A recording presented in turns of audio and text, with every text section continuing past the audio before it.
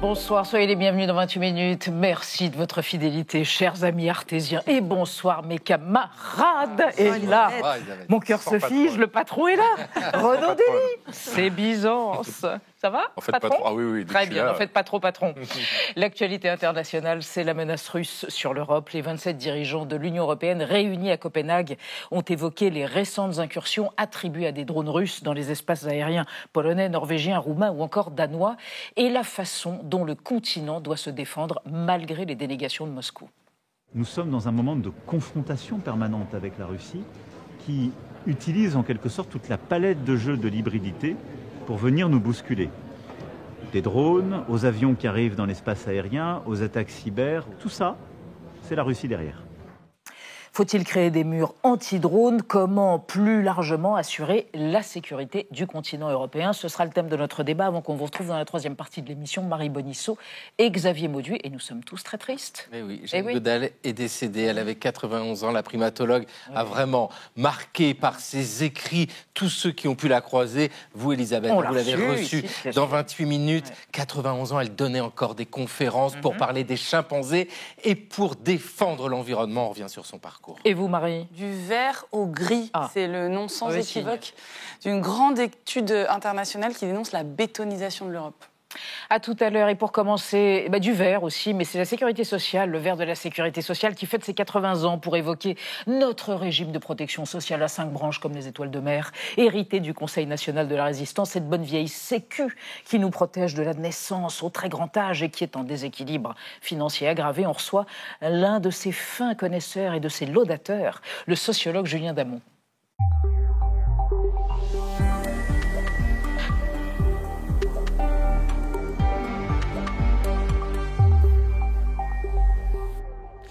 Bonsoir Julien Damon, bienvenue dans 28 minutes. Je vous présente Anna Ndiaye et Renaud Dely qui a failli vous poser une question. Votre livre, excellent ouvrage sur la Sécu, est-il remboursé par la Sécu? C'est presque un ouvrage d'utilité publique. En tout cas, il peut être utilisé dans les pharmacies ou chez le médecin. Vous cherchez à payer, ça ressemble à une carte vitale. Absolument. Ça le fera au moins sourire. Voilà. Par ailleurs, si je vous demande pourquoi la carte vitale est-elle verte et jaune, je vous le disais, moi je ne sais pas. Voilà, ça commence bien. Ça commence un grand sachant sur la Sécu. Un grand connaisseur. Voilà. Et il le prouve. Il a le profil idéal pour parler de la Sécu. Voilà, absolument. Votre profil idéal réalisé par Gaël Legras. Julien Damon, vous êtes sociologue et vous publiez un petit éloge de la Sécu. Alors qu'elle fête ses 80 ans, vous énoncez de lourdes interrogations quant à la pérennité du modèle. Alors, aura-t-on encore une Sécu dans 10 ans? Pour répondre à cette question, vous avez le profil idéal. Les ordonnances des 4 et 19 octobre 1945 créent le système. Le directeur général Pierre Larocque rappelle les principes des caisses de sécu et d'allocation familiale en 1947. Ces caisses ont pour rôle de garantir des moyens d'existence à tous les travailleurs qui se trouvent privés de ressources par suite de maladies, de maternité, d'invalidité ou de vieillesse. Pendant les 30 Glorieuses, la Sécu protège l'ensemble de la population avec des couvertures améliorées. En 56, avec Épouse et Moutard, ces messieurs sont invités à réaliser des examens préventifs sans dépenser un copec. La sécurité sociale de la région parisienne offre le moyen de contrôler son état de santé et celui des siens gratuitement et dans les conditions les plus simples. Son nom, son adresse, et le voici convoqué avec sa famille au centre d'examen le plus proche. Mais dès 1967, on parle de plus en plus du fameux trou de la Sécu. En 87, le ministre des Affaires sociales Philippe Séguin augmente les cotisations assurance vieillesse et les impôts sur le revenu pour combler le déficit. Le tout intégralement à la charge des salariés. Nous pensons que ce sont les entreprises qui créent des emplois, les emplois qui assureront demain, je l'espère, la survie de la sécurité sociale. Dans ces conditions, il faut créer un environnement favorable aux entreprises. Mais le remède ne suffit pas et des campagnes de pub plus ou moins inspirées se succèdent, comme ici en 91. Pour des soins, je suis pas ratin. De toute façon, ça me coûte rien. Hé les mecs, ça va pas bien la tête là. La sécu, c'est bien. En abuser, ça craint. Aujourd'hui, selon la Commission des comptes de la Sécurité sociale, le déficit devrait atteindre 22 milliards d'euros en 2025. Page 60, vous dressez un bilan moyennement élogieux. Avec un trou financier problématique et des trous dans les filets tendus pour la protection sociale, il n'y a pas lieu de pavoiser béatement. C'est bien dit. Oui, moyennement élogieux, mais enfin quand même le dernier chapitre, c'est chapeau bas à la Sécu.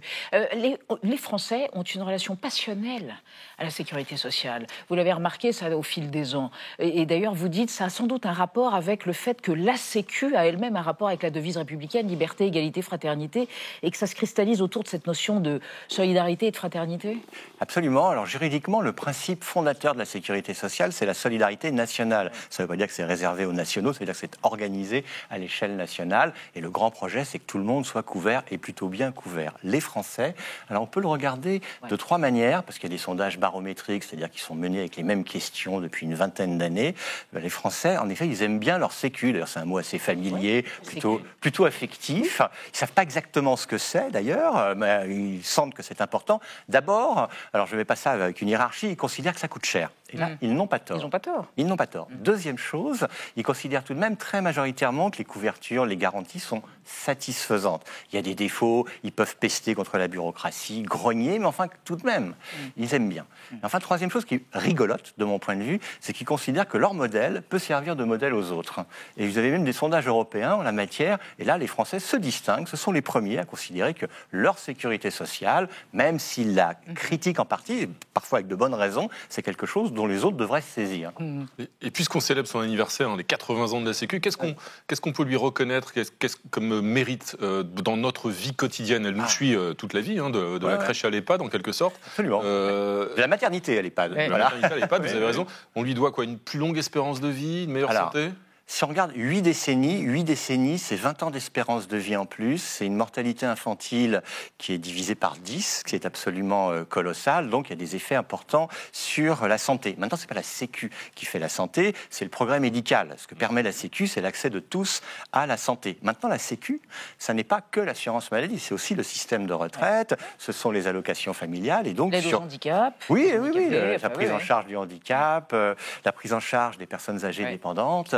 Et qu'est-ce qu'on observe sur 8 décennies? Entre autres choses, c'est qu'on a inventé un nouvel âge qui est celui de la retraite. Les personnes âgées mourraient dans la misère. Aujourd'hui, même s'il demeure des situations même de grande pauvreté, la très grande majorité des retraités ne vivent absolument pas de la même façon que leurs prédécesseurs. Et donc ça, c'est quand même aussi... c'est à mettre au compte de la sécurité sociale. Et autre chose, vous aviez une partie de la population qui n'était absolument pas assurée, qui n'était aidée en rien face aux aléas de la vie. Ceci s'est généralisé sur 8 décennies. Donc là, j'ai l'impression de faire cette apologie béate. Non, il y a des bonnes raisons pour pouvoir, en effet, tirer son chapeau à la Sécu.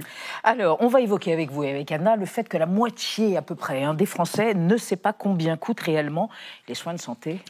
Dont ils bénéficient, dont nous bénéficions tous. C'est ce que révèle un sondage d'une mutuelle pour RMC. Un Français sur deux ne sait pas combien coûte réellement, par exemple, une prise de sang. D'ailleurs, le savez-vous?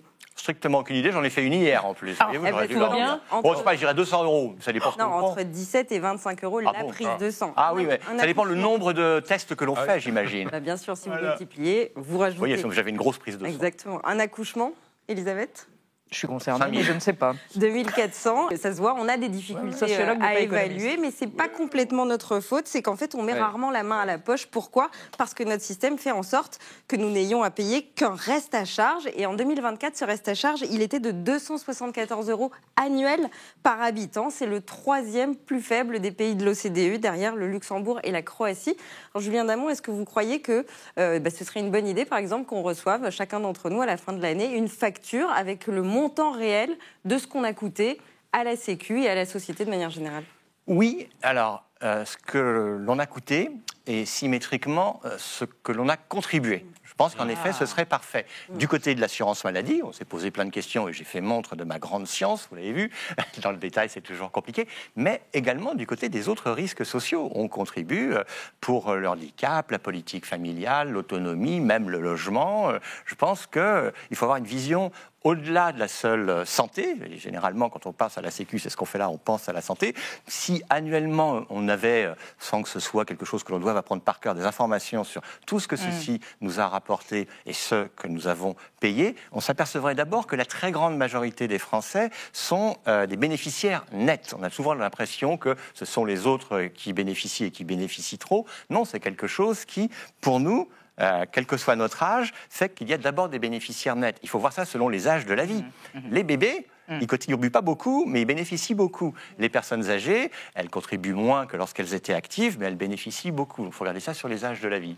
C'est la santé et la retraite, 83% des dépenses de la Sécu. C'est oui, ça, c'est très simple. Oui. Alors même si les ordres de grandeur font que les spécialistes boudent, mais la moitié des dépenses de protection sociale sont des dépenses de retraite et le tiers sont des dépenses de santé. Comme les dépenses de santé, c'est surtout les personnes âgées, c'est vrai qu'on a un système qui est très centré sur les personnes âgées. Mais il ne faut pas s'en offusquer, il est fait pour cela. Cette fameuse expression, le trou de la Sécu, est entrée vraiment dans le vocabulaire commun. Comment est-ce qu'on peut essayer de le résorber, ce trou de la Sécu ? Est-ce qu'il s'agit de couper dans les dépenses ? Est-ce qu'il faut faire plus de bébés, justement, pour qu'il y ait plus d'actifs et plus de cotisants ? C'est quoi les pistes que vous proposez, que vous envisagez ? Trou de la Sécu, la première fois qu'on a parlé à la télévision, c'est Pompidou en 1967. Et c'est préoccupant parce que ça se répète. Et plus que le trou, d'ailleurs, maintenant, le problème, c'est l'endettement. Je n'ai pas la solution magique. Cependant, ça ne peut se faire que par deux voies, parce que finalement, la protection sociale, c'est assez simple, c'est des dépenses et des recettes. Donc oui, il y a à faire des efforts du côté des dépenses, la responsabilisation des uns et des autres, des réformes structurelles, l'ajustement de l'âge de départ à la retraite, à l'espérance de vie, une médecine plus préventive, des allocations familiales. Les franchises, par exemple. Oui, alors à chaque fois, il y a des les franchises, c'est dit. À mon avis, le grand sujet, c'est d'arriver à se mettre d'accord et à pas trop se taper dessus. Là, j'ai parlé des rabots de dépenses, mais il y a évidemment aussi le sujet des recettes. Le sujet des recettes, c'est qu'on a un système de sécurité sociale qui fonctionnait au tout départ pour les actifs et donc seulement financé par le travail. Il a changé, ce système, il s'est étendu à tout le monde, il a fallu créer d'autres cotisations. Alors je lance les 3 lettres, la CSG, tout le monde voit à peu près ce que c'est. En gros, on travaille 1 mois sur 10 pour la CSG, mais de toutes les façons, pour continuer à avoir un système large dont tout le monde bénéficie, il y a des efforts du côté des dépenses et des efforts du côté des recettes. Vous dites, pour améliorer la relation des Français avec leur Sécu chérie, il faudrait d'une part de la pédagogie, d'autre part peut-être des élections à la Sécu. Oui. Ça veut dire quoi, ça ? Je commence par dans la gouvernance. Quoi. Oui, je commence par la pédagogie. Oui. C'est-à-dire vous la faites, là, par exemple. Donc tout est réglé avec ce petit ouvrage. Non, je plaisante là-dessus. Oui. Mais en effet, on sent que c'est quelque chose d'important. Oui. On a l'impression que les autres bénéficient plus que nous du système. Mais en réalité, on n'en connaît pas bien les tenants et les aboutissants. Alors que c'est au cœur de notre vie quotidienne, alors que c'est aussi au cœur de la circulation des richesses dans le pays. Donc, pédagogie. Deuxième chose, élection. Mais ça, on l'a oublié. Oui. Il y avait des élections dans le régime général de sécurité sociale jusqu'en 1983. Dans les régimes spéciaux, on élit les représentants. Ce sont des listes syndicales. Alors, je ne sais pas s'il faut revenir à faire des élections, mais que les Français s'approprient davantage ce qui est une belle machine, qui a ses défauts, qui a ses problèmes, qui est face à l'endettement, c'est tout à fait exact, mais qui a eu des vertus considérables et qui continue à en avoir, c'est quelque chose d'important. Ouais. Mais il y a aussi un chapitre qui ne nous concerne pas dans votre ouvrage sur la Sécu française. 90 ans de la Sécu américaine aux États-Unis, Julien Damon. Et là, c'est une...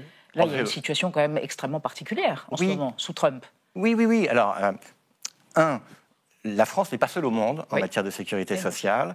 Et d'autres font probablement, on va dire, aussi bien que nous. Mais certains font depuis plus longtemps, et c'est le cas, c'est étonnant, des États-Unis qui ont fêté en août dernier les 90 ans de leur sécurité sociale, avec même une dépêche du président Trump à dire la Sécu, c'est bien, en abuser, ça craint. Mais je cite le petit clip que l'on a vu là, c'était un peu son propos. Mais les États-Unis, en fait, ils ont une protection sociale qui s'appelle sécurité sociale, c'est d'abord de la retraite. En matière d'assurance maladie, ils sont vraiment, allez, je ne suis pas diplomate, nuls. Ils payent beaucoup plus cher et ils sont en pleine mauvaise santé et ils ont une espérance de vie qui baisse. Donc là, les Français peuvent dire aux Américains, les gars, vous devriez vraiment vous inspirer. On est meilleur. Julien Damon, petit éloge de la Sécu aux éditions, aux presses de Sciences Po. Merci infiniment d'être venu nous éclairer. Pourquoi est-ce vert ? Écoutez, on va tous enquêter. Voilà, c'est la couleur de l'espérance et de l'existence et de la vie et des feuilles. Et de l'écologie. Merci encore. On passe à notre débat sur la multiplication des provocations russes dans l'espace aérien européen. S'agit-il d'intimidation, d'actes de guerre, de tests de la cohésion européenne ? Le Kremlin accuse l'Europe de militarisation. Quelles décisions l'Union européenne et l'OTAN doivent-elles prendre pour maintenir la sécurité du continent? On en parle après la mise au point de Sandrine Le Calvez.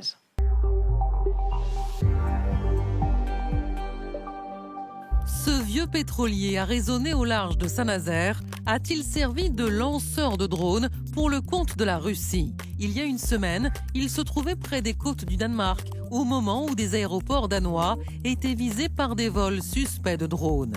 La multiplication de ce type d'intrusion en Europe, pour la plupart attribuée à la Russie, était au cœur du sommet européen qui s'est tenu à Copenhague. Il s'agit d'une guerre hybride. Un jour, c'est la Pologne, l'autre, le Danemark, et la semaine prochaine, ce sera probablement ailleurs. Un seul pays est prêt à nous menacer. C'est la Russie. Et nous avons besoin d'une réponse très ferme. Les 27 comptent renforcer leur défense, notamment en finançant un mur anti-drone. Pour Emmanuel Macron, pas question de transiger. It's very important to have a clear message. Drones which would violate our territories are just taking a big risk. They can be destroyed. Full stop. Mais les pays membres de l'OTAN iraient-ils jusqu'à abattre des avions de chasse russes en cas de nouvelle intrusion, comme le 19 septembre, dans l'espace aérien de l'Estonie? Rien n'est exclu, assurait hier Emmanuel Macron dans la presse allemande. À Copenhague, l'attitude adoptée face à la Russie a donné lieu à un clash ces dernières heures entre le Polonais Donald Tusk et le Hongrois Viktor Orban, l'ami européen de Vladimir Poutine. Quelle est la principale menace pour l'Europe? Le vrai danger, la stagnation économique et la perte de compétitivité. Et pas la Russie? Viktor Orban croit qu'il n'y a pas de guerre. Moi, je pense qu'il y en a une. Alors les incursions russes en Europe représentent-elles des actes d'intimidation ou s'apparentent-elles à des actes de guerre? Comment y répondre sans risquer l'escalade? Nos trois invités pour ce débat, Général Michel Yakovlev, bonsoir. Général de corps d'armée, vous êtes ancien haut gradé à l'OTAN. Selon vous, il y a clairement une augmentation des incursions russes ces dernières semaines, même si Moscou fait en sorte que l'on ne puisse pas leur en attribuer la responsabilité. À côté de vous, Guillaume Lagan, maître de conférence à Sciences Po Paris, spécialiste des questions de défense. Bonsoir. Dernier essai géopolitique de l'Europe aux presses universitaires de France. Selon vous, les incursions russes témoignent plus d'une logique d'intimidation que d'un véritable acte de guerre. Ne rien faire, c'est pousser la Russie à l'escalade parce que, comme elle ne verra pas nos positions à nous, les Européens, eh bien, elle se dira qu'elle peut aller plus loin. Et à côté de vous, Élise Vincent, bonsoir, journaliste au Monde, en charge des questions de défense. Vous avez co-signé la semaine dernière, je crois que c'était le 24 septembre, l'interview du chef des forces alliées de l'OTAN, disponible sur le site internet du quotidien Le Monde. Et selon vous, les Russes testent les pays de l'OTAN. La Russie n'a de toute façon pas les moyens d'envahir militairement l'Europe. Le but de ces incursions est de poursuivre le combat contre nos valeurs, les valeurs occidentales. Et on démarre le débat, Renaud, avec le nom du jour, le nom d'un des bateaux de la flotte fantôme. Boracay, et oui, ouais. Boracay, c'est le nom de ce navire que vous allez voir apparaître. Alors, c'est l'un des noms de ce navire, il y en a d'autres, Pouchba, c'est donc ce navire qui a été arraisonné par l'armée française au large de Saint-Nazaire, qui est soupçonné d'une part de convoyer du pétrole et donc de contourner l'embargo imposé à la Russie, et puis d'autre part, peut-être d'avoir servi de base de départ aux drones qui ont survolé le Danemark il y a quelques jours, et donc de faire partie, ce navire, de ce qu'on appelle la flotte fantôme russe. Élise Vincent, qu'est-ce que c'est la flotte fantôme russe? Emmanuel Macron souhaiterait une réunion prochaine des chefs d'état-major des armées européennes, justement, qui se consacre précisément à ce sujet. En fait, la flotte fantôme, c'est des vrais bateaux, plutôt civils, plutôt des pétroliers, qui en fait servent à sortir le pétrole de Russie. Malgré les sanctions. Malgré les sanctions internationales, et qui, par tout un tas de manœuvres, s'ils malgré tout à exporter des quantités relativement importantes, qui contribuent dans des grosses proportions à l'effort de guerre russe, notamment en transbordant, par exemple, le pétrole sur des bateaux qui, eux, ne sont pas sous sanctions, dans la totale clandestinité en haute mer. Et donc, c'est tout un système qui, aujourd'hui, perturbe un peu l'équation. Donc ça relève de ces tentatives d'ingérence russe, justement, ou est-ce que c'est un autre mode d'action ? Alors, ce n'est pas de l'ingérence, c'est un espèce de système D, mais c'est un système qui est conséquent, qui plusieurs centaines de bateaux qui aujourd'hui sont connus avec les noms, enfin on connaît les pavillons, etc. Et qu'on essaye bon an mal an de contraindre dans leur circulation, mais c'est très compliqué parce que le droit de la mer, peut-être on en parlera, empêche de totalement bloquer la circulation de ces bateaux. Général Yakovlev, est-ce qu'ils peuvent aussi jouer un rôle justement dans ces vols de drones qui ont violé l'espace aérien de plusieurs pays européens ? C'est techniquement possible. Ça sera sûrement très dur à prouver parce qu'il y a peu de chances qu'ils aient... S'ils ont lancé des drones depuis ce bateau, je ne pense pas qu'ils ont gardé les cartons du livreur, vous voyez. Ils ont jeté aussi. Maintenant, l'équipage aura vu quelque chose, donc ça fait aussi partie. Mais semble-t-il, pour les Danois, il y a eu 3 bateaux qui étaient, en gros, 3 bateaux de la flotte dite fantôme, qui étaient idéalement placés. Enfin, idéalement placés. Ils étaient placés à portée pour l'action sur le Danemark et la Norvège. dont celui-là. Donc, ce que les Français font à ce bateau intéresse directement les Danois. Et ils font bien. Guillaume Lagan, vous direz qu'il y a une intensification des provocations, entre guillemets, russes, avec de plus en plus de survols, d'incursions dans les espaces aériens des pays de l'Union européenne? Alors, je pense que... Semaine après semaine. En tout cas, l'affaire des drones sur la Pologne, sur la Roumanie, puis maintenant sur le Danemark, ça, on ne l'avait pas eu jusqu'ici. C'est quand même une nouveauté. Après, des incursions d'avions russes dans l'espace baltique, ça fait des années qu'il y en a, c'est très régulier. C'est toujours de telle manière qu'on ne sait jamais si c'est un accident provoqué ou une volonté délibérée de violer l'espace aérien de ces États. Ce qui est vrai aussi, c'est qu'on a choisi, nous, de communiquer là-dessus. Hein, les États... Non, les Européens. Voilà, les Européens se saisissent aussi de cette occasion pour montrer à leurs opinions publiques qu'il y a quand même un problème avec la Russie et que celle-ci nous provoque. Mais je crois quand même que, de manière générale, il y a une intensification dans le sens, si vous voulez, du point de vue russe. Depuis 3 ans, la Baltique, c'est devenu une mer otanienne, avec l'entrée de l'OTAN, dans l'OTAN, de la Suède, de la Finlande. Vous n'avez plus que la petite enclave de Kaliningrad et Saint-Pétersbourg. Donc pour les Russes aussi, ils utilisent un peu leur méthode, c'est-à-dire de titiller. Donc comme l'a dit Élise tout à l'heure, il y a tout le trafic commercial qui passe par la Baltique. Et puis, il y a ces petits titillements militaires qui servent aussi à tester l'OTAN. Justement, Élise Vincent, c'est quoi le but de ces titillements militaires, comme le dit votre voisin, de ces manœuvres de déstabilisation? Est-ce qu'ils cherchent à tester les défenses européennes, à faire diversion, à semer une forme de désordre? Et puis, pourquoi est-ce qu'il y a des manœuvres de déstabilisation qui semblent de nature totalement différente? J'ai évoqué aussi des manœuvres beaucoup plus grossières, de caractère antisémite ou raciste. On a vu des têtes de cochons déposées devant des mosquées, des étoiles taguées dans Paris sur, par exemple, le monument de la Shoah. Donc pourquoi est-ce qu'il y a aussi ces modes d'action-là? Quel est le... Alors je pense qu'il y a différentes catégories de choses. Si on prend les drones, pour l'instant, c'est plutôt parce que la Russie a augmenté la taille de ses salves de drones sur l'Ukraine et que quand on atteint le seuil de plusieurs centaines de drones, il y a un moment où les défenses antiaériennes ukrainiennes, elles craquent. Et donc on en a quelques-uns qui passent de l'autre côté. En tout cas, pour la plupart d'entre eux, effectivement, récemment, on a fini par se dire que certains drones, quand même, n'arrivaient pas totalement par hasard dans le ciel otanien. Donc, il y a des enquêtes en cours. On verra si c'est vraiment prévu et ciblé. C'est pour les drones. Si on passe sur les avions de chasse, alors il y a un mélange, manifestement, de mauvaises habitudes russes qui est de ne pas mettre le transpondeur, de ne pas trop respecter les tracés de l'espace du ciel, etc. Et de jouer un petit peu comme ça au chat et la souris. Nous sommes vulnérables, c'est ça? C'est pour essayer de démontrer que les Occidentaux nous sommes vulnérables? Et ensuite, effectivement, il y a l'idée aussi qu'on va tester, montrer que la frontière, c'est pas si simple, et instaurer un petit rapport de force et voir jusqu'où tout ça peut aller, en sachant que de toute façon, si vous ne dites rien, eh bien effectivement, ça pose quand même question aux militaires et aux États qui cherchent à être souverains. Et si vous commencez à dire quelque chose, en tout cas si les Européens commencent à dénoncer, c'est une forme d'aveu de faiblesse de toute façon, donc ça les oblige à réagir. Et donc la question, c'est réagir jusqu'où? Et réagir comment? Alors justement, on va évoquer avec vous trois et avec Anna cette hypothèse lancée par l'Union européenne, construire un mur anti-drone pour prévenir ces attaques de drones, voire d'essaims de drones. Alors un mur anti-drone, ce n'est évidemment pas un mur physique, mais plutôt plusieurs systèmes de détection et de neutralisation qui sont suffisamment rapprochés les uns des autres et qu'il faudrait déployer sur une ligne de plus de 3000 km qui sépare la Russie des pays européens. Alors déjà, pour détecter ces drones, l'Union européenne devrait se doter de nombreux capteurs terrestres, satellites et de radars. Ensuite, une fois les drones détectés, si tant est que ça fonctionne, il faut ensuite pouvoir les intercepter avec l'aide des drones anti-drones. Tout l'enjeu étant de faire en sorte que le coût du drone intercepteur soit moins élevé que celui qui l'abat. Et donc l'Union européenne est très intéressée par ces drones ukrainiens, très abordables, autour de 4 200 €, qui ont montré leur efficacité sur le front. Et parmi les autres options de neutralisation, il y a les brouilleurs qui peuvent rendre aveugle le drone ennemi, on le voit ici, des rapaces formés pour attaquer des drones aux abords des aéroports, plus insolites, et des lasers capables d'éliminer un drone à distance. Reste ensuite quand même le problème de récupération des objets détruits, des drones abattus. Les débris, on le sait, peuvent être dangereux pour les populations alentours. Et certains drones existent déjà, ils sont équipés de filets, ils sont capables de récupérer ces objets détruits. Mais vous l'avez compris, donc ce mur anti-drone, c'est un petit peu de tout ça mélangé, un mélange de tous ces systèmes pour un coût estimatif de plusieurs milliards, voire centaines de milliards d'euros. Général Yakovlev, est-ce que vous trouvez ça crédible comme option de pouvoir créer un mur aussi complètement étanche face à la menace russe? Non, un mur, non.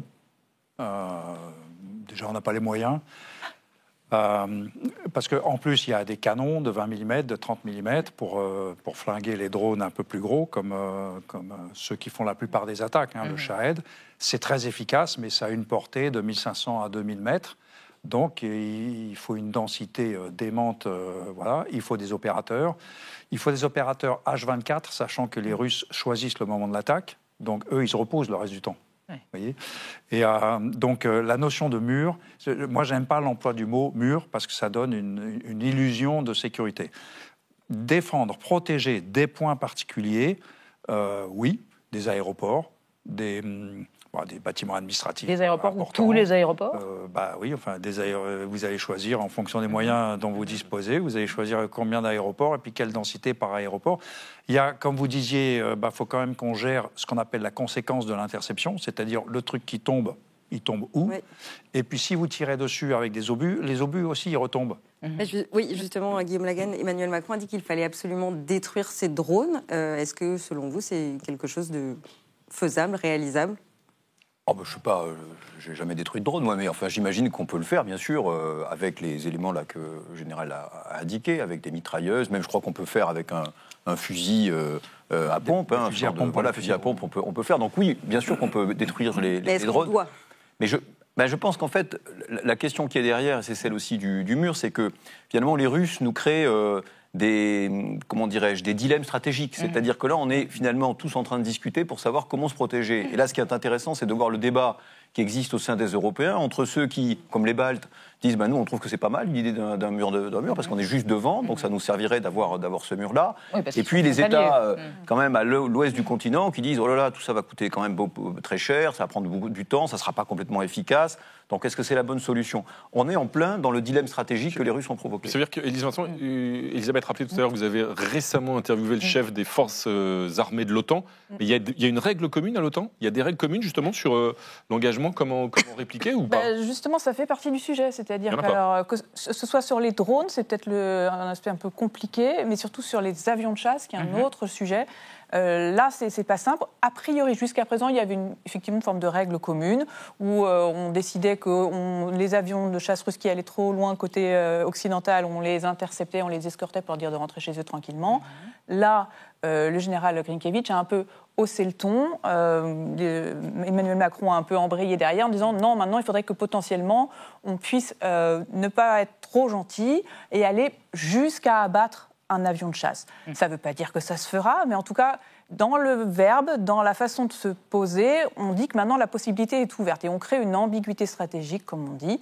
L'idée n'est pas d'aller jusque-là, mais de moins laisser de certitude à l'adversaire. Attendez, on va regarder une archive avant que vous réagissiez, une archive qui nous ramène en novembre 2015, précisément jour, vous vous en souvenez bien sûr, où les Turcs ont abattu un avion de chasse russe.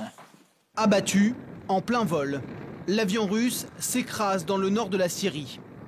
Ce Sukhoi 24 rentrait vers sa base de Latakia en Syrie après avoir bombardé des positions rebelles dans l'ouest du pays.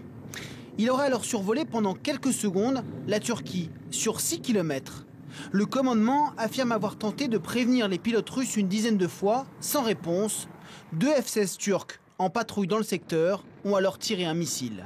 Vladimir Poutine a immédiatement exprimé sa colère, expliquant que les Turcs ne devaient pas se tromper d'ennemis. En aucun cas, nos pilotes ne menaçaient la République de Turquie. Cette attaque, c'est un coup de poignard dans le dos, une attaque contre nos avions qui combattent le terrorisme. Ankara a convoqué en urgence une réunion extraordinaire de l'OTAN. L'organisation appelle ce soir au calme et à la désescalade. Guillaume Lagan, on ne sait pas donc si ça peut se produire à l'avenir, comme le disait Lise Vincent à l'instant, mais en tout cas, ça s'est produit. Un avion russe abattu, en 2015, en l'occurrence par les Turcs. Est-ce qu'il y a eu des conséquences à l'époque ? Il n'y a pas eu de conséquences ? Si, en fait, alors là, juste pour revenir sur ce que disait M. Poutine, c'était un message très politique qu'il envoyait à la Turquie, parce que rappelez-vous, on était en pleine guerre civile en Syrie. Ouais. M. Poutine venait d'intervenir aux côtés du régime à l'époque de Bachar el-Assad, qui est depuis tombé, et les Turcs, eux, soutenaient l'opposition syrienne. Donc en fait, derrière cet affrontement, il y avait une rivalité de puissance. Ce qui est intéressant dans cette affaire, c'est qu'il n'y a pas eu de guerre entre la Turquie et la Russie, il n'y a pas eu de guerre atomique, il n'y a pas eu de guerre généralisée. Il n'y a pas eu de guerre mondiale. Mais quand même, quelques semaines ou quelques mois plus tard, les Russes ont frappé des troupes turques qui étaient déployées sur le sol syrien et ont tué plusieurs dizaines de soldats turcs. Donc il y a quand même eu une mesure de rétorsion. Vous pensez, général Yakovlev, que 10 ans plus tard, les circonstances ont complètement changé et que la réaction russe serait tout à fait différente? Oui, les circonstances là étaient très particulières et Poutine s'est vengé vis-à-vis d'Erdogan. Il lui a mis une grosse pression et à l'arrivée, voilà. Maintenant, dans le contexte actuel, vous disiez abattre les drones, on peut abattre des drones. Alors, c'est une question technique et opérationnelle, pas une question juridique. Vous voyez ce que je veux dire? Il y a un truc sans pilote qui se promène dans mon espace aérien. Si je veux le descendre, je le descends.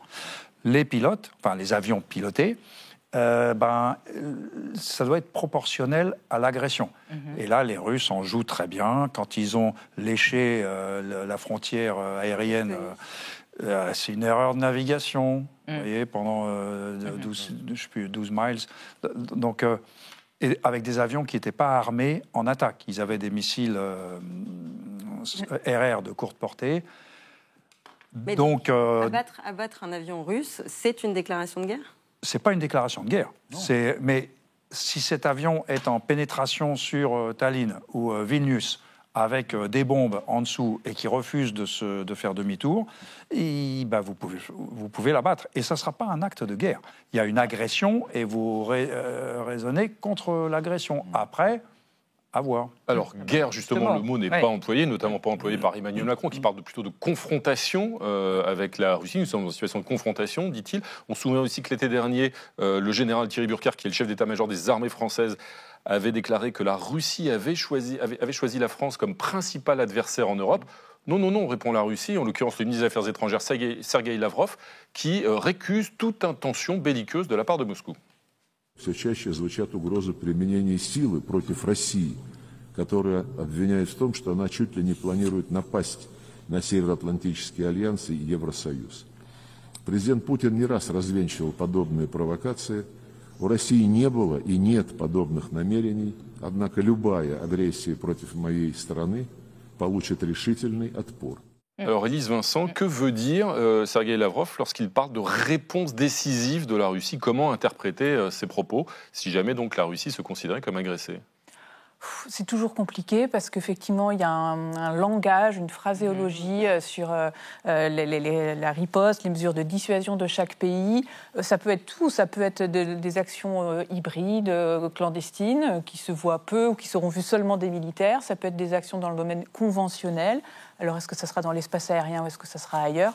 Tout est possible en réalité. Alors, est-ce que ça veut dire qu'il faut utiliser les mêmes moyens que les Russes, c'est-à-dire se rapprocher de leurs frontières avec nos avions, les mêmes méthodes? Ce qui est vrai, c'est que, juste pour revenir sur le débat qu'on avait tout à l'heure sur est-ce qu'on pourrait abattre ou pas, c'est vrai qu'il y a l'OTAN, mais en fait, à la fin, dans le droit international, la défense du territoire, c'est le ressort de l'État. C'est lui qui décide, c'est souverain.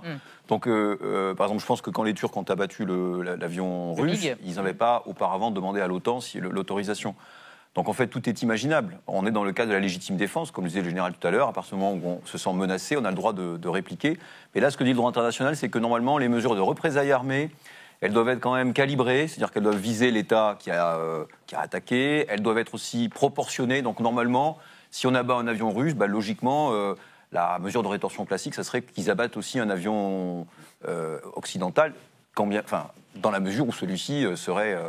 dans leur espace aérien. Voilà, il y a une notion d'équilibre. Il y a plein d'autres choses qu'on pourrait faire pour énerver les Russes. Alors déjà, on les énerve en mer Noire, parce que ce qu'on oublie de dire, c'est que nous aussi, en mer Noire, on vole, on n'allume pas toujours les transpondeurs.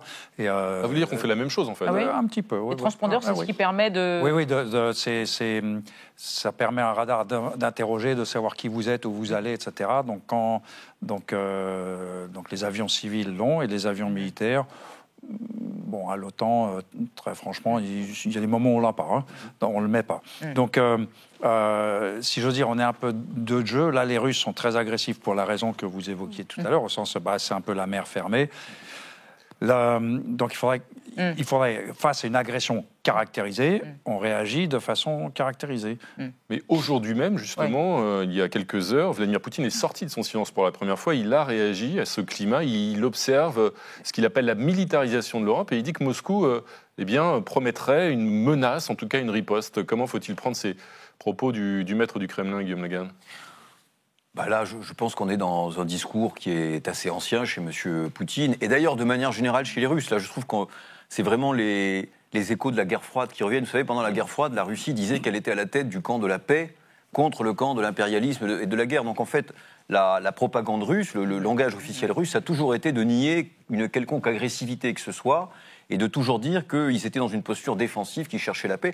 Je vous rappelle qu'ils n'ont pas reconnu en tant que tel la guerre en Ukraine. C'est une opération militaire spéciale qui a été de nazification et qui a été une réponse en fait à l'agression que la Russie subissait.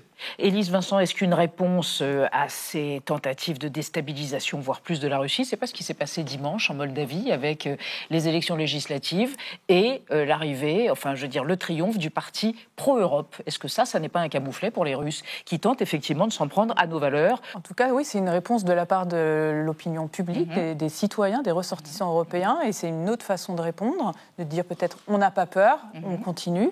Ce qui n'est pas le cas dans tous les pays, puisqu'on voit qu'on a quand même un certain nombre de partis souverainistes, russophiles, voire d'extrême droite, pour les qualifier directement, qui grimpent et qui surfent sur cette peur de la guerre. Je pense qu'effectivement, la peur de la guerre, la war fatigue, comme on l'appelle des fois en anglais, c'est quelque chose qui risque de monter et qui menace en partie nos démocraties. Et est-ce que c'est pas aussi une façon, Gérald Yakovlev, pour les Russes, ces incursions répétées, ces provocations, de faire un peu de diversion, justement de masquer certains échecs, l'échec électoral en Moldavie, on en parlait à l'instant, ou l'échec sur le front ukrainien. Et est-ce que nous-mêmes, on n'est pas un peu piégés parce qu'on donne de l'écho à ces manœuvres russes et peut-être on rend les Russes plus puissants qu'ils ne sont en fait? Je suis d'accord avec vous, oui. Ça se passe pas bien pour l'armée de Poutine en Ukraine. Ça se passe pas bien. Donc il arrive à rien, il perd beaucoup de gens, bref. Donc là, il fait de l'esbrouf et pour que nous, on s'occupe, on soit occupé ailleurs. Ça marche. Et ça marche. Et ça marche trop bien. En réalité, si on adoptait une attitude de pas s'énerver pour ça, vous voyez. Ce ne sont que des titillements, comme dirait ou alors on ferait du contre-titillement à la chinoise. C'est-à-dire que les Chinois font des attaques simulées contre Taïwan. Plusieurs fois par semaine dans certains cas. Il y a des pics. Et donc, il y a 30 ou 40 avions qui se précipitent vers Taïwan et qui, au dernier moment, font demi-tour. Alors, à chaque fois, les Taïwanais, ils décollent, ils sont comme ça. C'est aujourd'hui que ça commence. Et après, les Chinois rentrent en disant « il ne s'est rien passé. Non, on était dans l'espace aérien international. » Donc, si on faisait ce genre de guili-guili autour de Kaliningrad... on nage en plein délire, pardonnez-moi. Non, mais là je prends un ton primzotier. Il y a une vérité fondamentale, c'est que si on veut vraiment énerver les Russes, on saurait le faire. Très bien. Vous corroborez ? Je pense que oui, on pourrait tout à fait. D'accord. Tout à fait. Je voulais juste rajouter un autre espace où la Russie est un peu en repli, c'est le Caucase. Vous savez qu'aujourd'hui, on considère qu'il est tellement focalisé sur cette guerre en Ukraine que partout ailleurs dans le reste de l'Empire, ils sont en recul. Très bien. Merci d'avoir participé à notre débat et de nous avoir aidé à mieux comprendre ce qui se joue au-delà de ces incursions de drones dans l'espace aérien européen. On va rester dans l'actualité avec Xavier Mauduit et Marie Bonisseau. La mort de Jane Goodall, à 91 ans, très charismatique anthropologue et primatologue, évidemment, qui a consacré 60 ans de sa vie à l'étude des chimpanzés. Autre mauvaise nouvelle pour le vivant non humain, la bétonisation de l'Europe s'accélère. Mais d'abord, le mot vedette du jour, repéré par Thibault Nol, c'est Raton Laveur, un adorable mammifère masqué comme Zorro, omnivore et opportuniste qui colonise la France tranquillement. C'est entendu. Le raton laveur fait son grand retour. Les ratons laveurs sont arrivés en force. Un groupe de ratons laveurs. Qu'est-ce que ça veut dire? Exactement ce que ça dit. Merci de m'en dire un peu plus. Entendu. La vie secrète des mots vedettes. Raton laveur, du latin ratus, raton et laware, laver, désigne un petit mammifère originaire d'Amérique du Nord qui doit son nom à sa manie de tremper ses aliments dans l'eau avant de les manger. Importé en France de diverses façons au XXe siècle et classé nuisible depuis 2016, le raton laveur colonise la France. Repéré pour la première fois dans les Pyrénées-Orientales le 5 septembre, déjà aperçu dans le Vaucluse et les Cévennes, bien installé en Auvergne, le raton laveur squatte en Gironde depuis 20 ans avec 4 à 5 000 individus et plusieurs dizaines de milliers dans le nord-est. Mais sous son masque trop mignon se cache un prédateur triple A.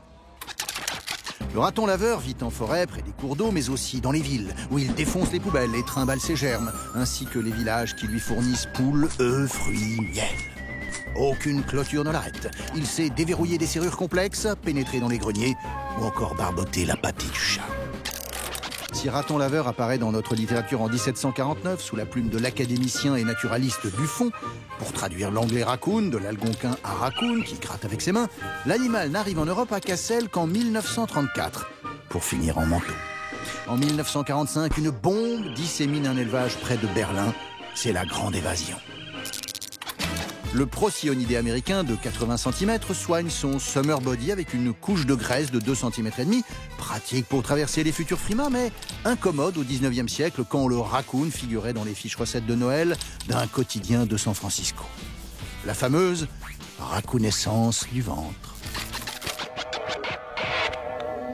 Merci, Monsieur Nolts. Il craque pour le raton laveur. Trop mignon.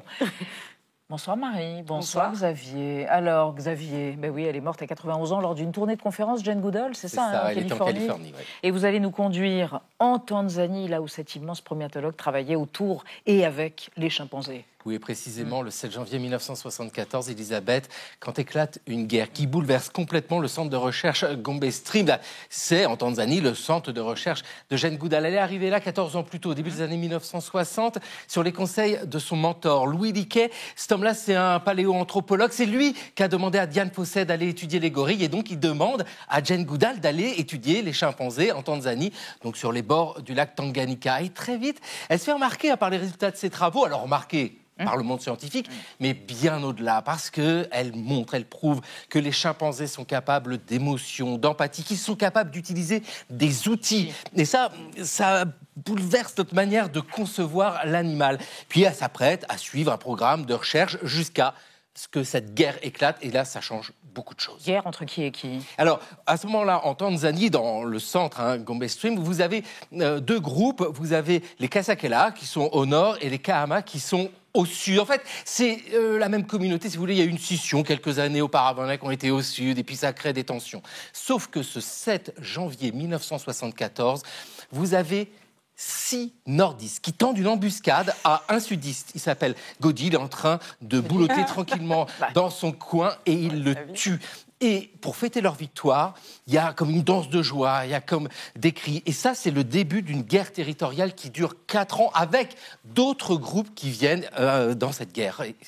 Des chimpanzés. Ben oui, on avait bien compris, on se doutait. Oui. Non mais ça, c'est une guerre de chimpanzés. Ce qui est fou, c'est que ça reprend tous les codes en fait des guerres entre humains. Et Jane Goodall peut étudier ça avec précision. Elle en est capable parce qu'elle connaît, mais presque de manière intime, ces communautés et chacun de ces individus. Et ça bouleverse encore une fois notre manière de percevoir le primate, mais ça va plus loin parce que ça pose des questions sur la définition même de ce qu'est un humain. C'est pas savoir tenir des outils, c'est pas savoir faire la guerre, ça va beaucoup plus loin et même propre de l'homme. La place de l'humain dans son environnement. Et Jane Goodall est une grande figure des luttes environnementales. C'est pourquoi aujourd'hui, humains et chimpanzés sont la pleure, bien sûr, et tant de femmes primatologues. Diane Fossey, Sabrine Krief, Jane Goodall et d'autres. Pourquoi, on ne sait pas. Alors, la grande enquête Marie Green to Grey, du vert au gris, révèle l'ampleur de l'artificialisation des sols en Europe. Ouais, c'est des données inédites, très fines, vous allez le voir, sur la catastrophe écologique qui est en cours en Europe. Il y a 11 médias européens, dont chez nous Le Monde, qui sont alliés au NINA, c'est l'Institut norvégien de recherche sur la nature, pour justement mesurer précisément le déclin de cette nature avec des images satellites aidées par l'intelligence artificielle. Alors, ils ont regardé l'évolution sur 6 ans, donc 2018 à fin 2023. Ça fait longtemps qu'on fait ça, par exemple, pour mesurer le déclin de la forêt amazonienne. Images satellites et puis observation in situ. Mais en Europe, jusque-là, on n'avait que l'Agence européenne pour l'environnement.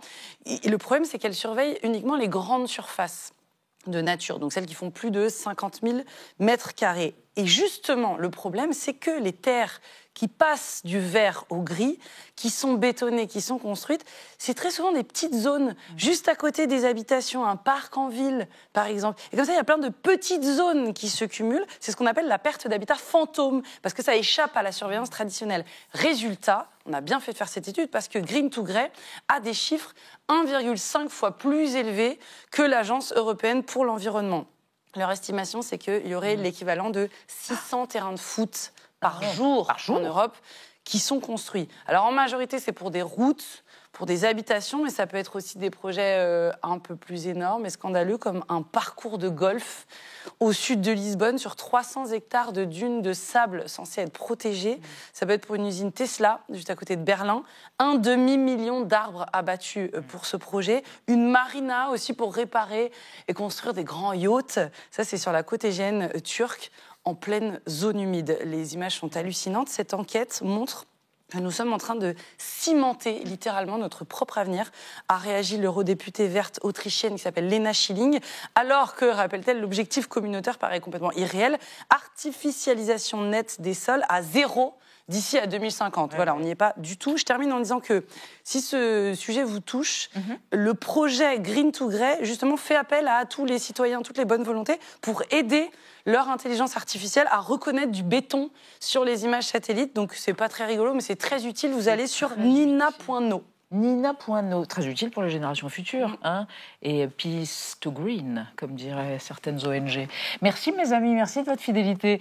Demain à 20h05, le club avec, pas le patron, non, Benjamin Sportouche. Ouais, hein, chouette. Ouais, ça sera bien. Tchuss. Ça sera mieux. Bis Montag.